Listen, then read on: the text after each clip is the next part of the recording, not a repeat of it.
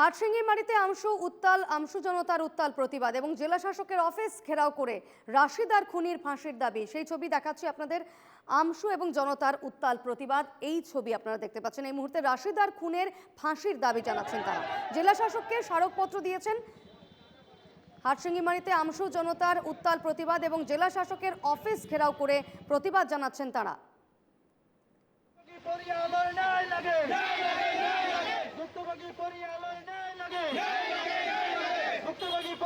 এই মুহূর্তে আমার সঙ্গে সরাসরি রয়েছেন প্রতিনিধি প্রবীর মণ্ডল। প্রবীর, কি আপডেট রয়েছে, কি জানাচ্ছ বিস্তারিত? দেখো দীপর্ণা, এই 26 জুন সকাল যখন মৃতদেহটি উদ্ধার হয়েছিল, রাশিদা খাতুনের শিক্ষকের ঘরে উদ্ধার হয়েছিল মৃতদেহ। আর তারপরেই দেখা যাচ্ছিল মানকাচরের যে কালাপানি সাদুল্লাবাড়ি এলাকা, সেই এলাকাতে যথেষ্ট পরিমাণে উত্তেজনা বিরাজ করেছিল। জনতা অভিযোগ তুলেছে যে শিক্ষক নিজেই তার স্ত্রীকে, তার যে বধূকে হত্যা করেছে। আর জনতা শিক্ষক শাহাদত আলী এবং তার পুত্র দুজনকে আটক করে পুলিশকে খবর দেয়। আর পুলিশ তারপর তাদেরকে আটক করে জেরা করার পরে তাদেরকে গ্রেপ্তার করে এবং আদালতে হাজির করে। আদালতে থেকে তাকে আরও বেশ কিছু তথ্য জানার জন্য 5 দিনের জন্য পুলিশের জিম্মায় দেওয়া হয়। আর আজ এই 5 দিনের অন্তিম দিন শিক্ষক শাহাদত আলী এবং তার পুত্র মাহাবাবুর রহমান দুজনকে আজকে আদালতে আবারও হাজির করানো হয়েছে।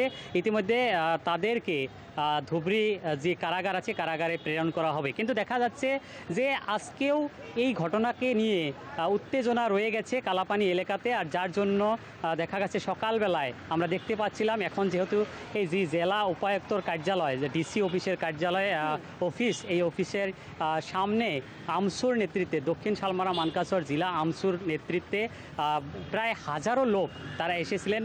পুরুষ, মহিলা, বাচ্চারাও ছিলেন। তারা এসে ফাঁসির দাবি তুলে বিভিন্ন স্লোগান দিয়ে উত্তাল পরিবেশ করেছিল।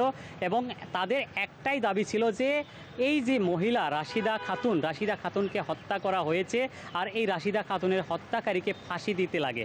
এই দাবি তুলে তারা উত্তাল প্রতিবাদ করে। এবং এই প্রতিবাদের পরেই আমসুর তরফ থেকে জেলা প্রশাসনকে একটা লিখিত স্মারকপত্র দেওয়া হয়।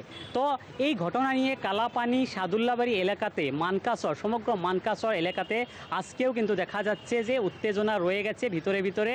যেহেতু পরিয়ালের রাশিদার যে পিতৃ পরিয়াল, সেই পরিয়াল থেকে বলা হয়েছে যে এই ঘটনায়, এই হত্যাকাণ্ডতে 7 জন ব্যক্তি জড়িত হয়ে রয়েছে।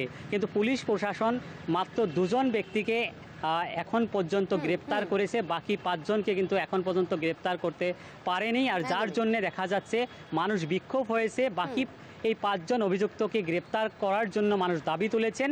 আর যার জন্য আজকে দেখা যাচ্ছে যে এইভাবে তারা ফাঁসির দাবি তুলে জেলা প্রশাসনের কার্যালয়ে তারা উত্তাল প্রতিবাদ করে তারা এই স্মারকপত্র প্রদান করেছে। আমরা কথা বলছিলাম আমাদের প্রতিনিধি কবির মণ্ডলের সঙ্গে।